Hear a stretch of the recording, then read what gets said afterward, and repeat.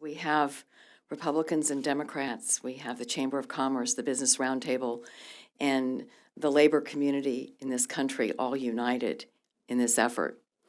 And it's common sense that we are proud in America that we build buildings that are safe and that we protect our environment.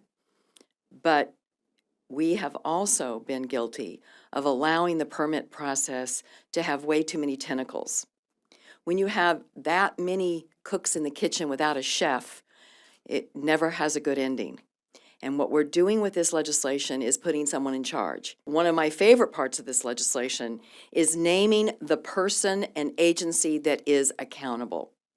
The other part of this legislation that I think will work miracles is this transparency, the dashboard. If we put truth serum in the water in a lot of government agencies, they would admit that there are files that sit on desks and sit and sit and sit because the urgency is not there.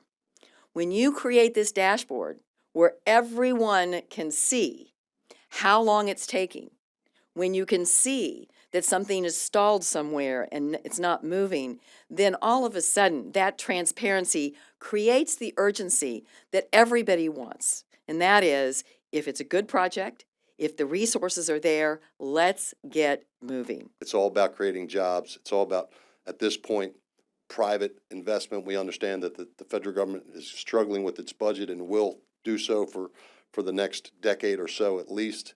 There is lots of money in the private sector out there that's willing to invest, but they have to have surety and predictability that when they come up with a conceptual idea, that they don't spend tens of millions of dollars jumping through permitting and regulatory hurdles only to never get to the finish line where they build the operation. So this will clear the pathway and lead to unbelievable job growth in the construction and in the operations of these facilities. This legislation cuts through and goes right to the crux of the problem. This issue has been an important part of the Chamber's agenda for years, and we're grateful to the senators here for taking a lead on it.